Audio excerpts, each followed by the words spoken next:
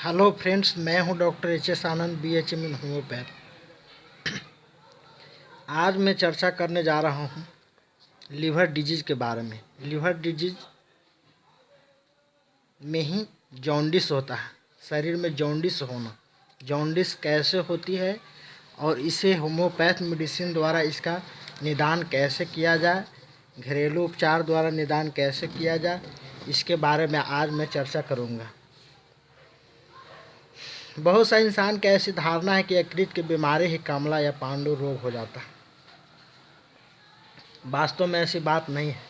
यकृत के भीतर पित्ताशय गोल ब्लाडर का स्थान है।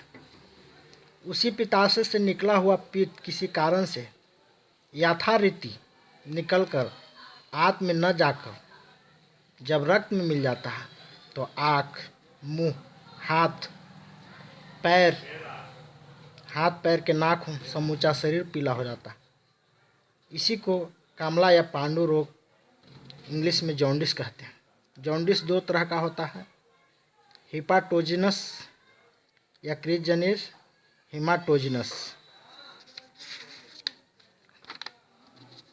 जॉन्डिस का लक्षण कुछ इस प्रकार से शरीर में होता है जिसे आप समझ सकते हैं, उसे पहचान सकते हैं, या टेस्ट द्वारा भी सीरम बिलिरुबिन चेक करवा कर आप देख सकते हैं कितना उसकी मात्रा है।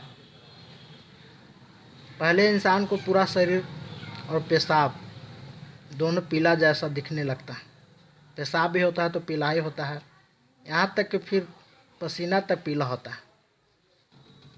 जॉन्डिस की कंडीशन शरीर में रहती है तो भूख नहीं लगती है, साथ में मिचली भी आती है, कब्ज बनी रहती है, मिट्टी के रंग के दस्त आते हैं, कभी पतले दस्त आते हैं, पेट भी फूलता है, मल में बदबू भी रहती है, शरीर में कभी कभी भयानक खुजली, खासकर पुरानी अवस्था जब जॉन्डिस के हो जाती है उस कंडीशन में खुजली का आक्रमण होता है। नाड़ी की गति ऐसी धीमी रहती है, यहाँ तक कि नाड़ी का स्पंदन 1 मिनट में 30 से 40 बार होने लगता है। इतना स्लो हो जाता है नाड़ी स्पंदन। स्वास्थ्य बिगड़ती जाती है जिसके कारण नींद भी अच्छी नहीं आती है, कमजोरी बना रहता है।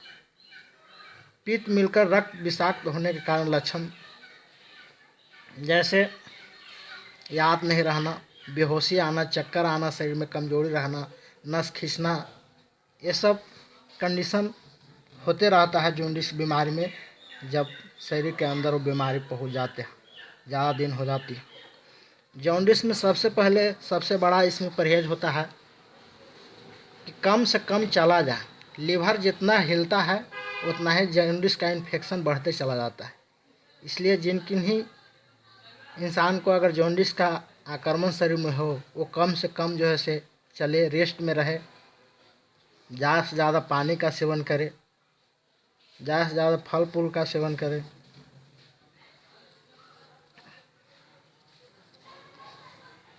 कब्ज होने वाला सामान का कभी न सेवन करें, जैसे हार्ड चीज़, मुर्गा, मछली, अंडा का सेवन उस कंडीशन में नहीं करना है। तेल से ज़्यादा छना हुआ चीज़ का सेवन नहीं करना है। दूध नित्य दिन लेना है, फल फूल लेना है, लेकिन सभी तरह का फल फूल नहीं लेना है। जो आसानी से पच जाए उसी फल को लेना है। इसमें सबसे ज़्यादा कारगर फल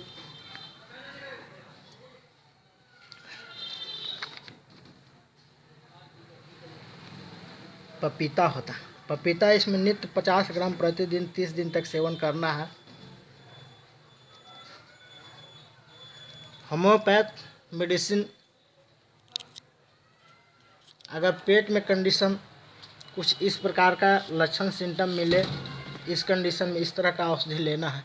पेट में ज़्यादा वायु बन रहा है, उस कंडीशन में नक्स का प्रयोग करेंगे। नक्स 200 नंबर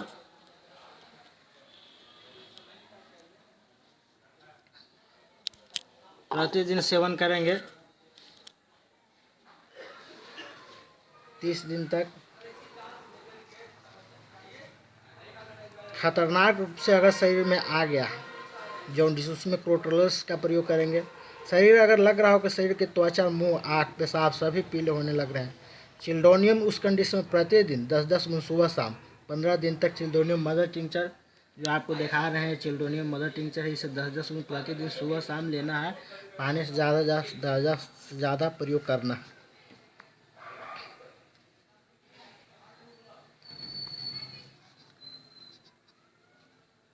चमकदार पीला रक्त की तरह अगर पेशाब का रंग निकल रहा है, उसमें बर्बेरिस वल्गैरिस का प्रयोग करना है।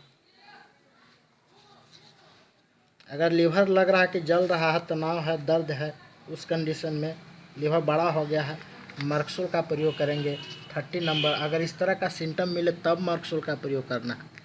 लीवर में अगर बाएं साइड में दर्द रह रहा है, स्वाद अच्छा नहीं लग रहा है, उस समय कार्डुलम मेजेरियस 10-10 बूंद 1 हफ्ते तक लेना है। इस तरह के अगर कंडीशन लगे तो कार्डुलम मेजेरियस का प्रयोग करना है। लीवर ज़्यादा पुराना हो जाता है, जॉन्डिस ज़्यादा पुराना होता है, खतरनाक होते जाता है, हेपेटाइटिस का शरीर में अंश आ जाता है।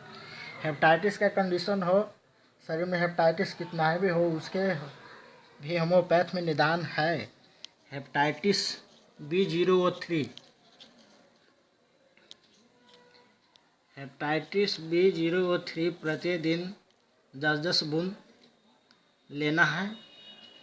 ये दाना में दाना जैसा ही होता है, सरसों का दाना जैसा वाइट होता है। इसे हाफ ऑन्स डिस्टिल वाटर में मिला के 10-10 बूंद प्रतिदिन लिया जाता है। लगातार 180 दिन लेने के बाद में हेपेटाइटिस का पोटेंसी जो भी होता है वो नॉर्मल होना शुरू हो जाता है। उसमें भी कब्ज पर ध्यान देना है। ज़्यादा कठिन से कठिन पचने वाला, ज़्यादा देर तक पचने वाला सामान का प्रयोग नहीं करना है। दूध का उसमें एकदम प्रयोग नहीं करना है। पालक साग नहीं खाना है, टमाटर नहीं खाना है। ये सब चीज़ों पर हमेशा ध्यान रखना।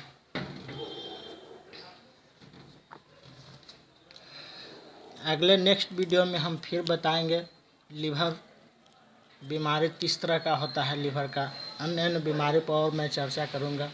Okay, thanks.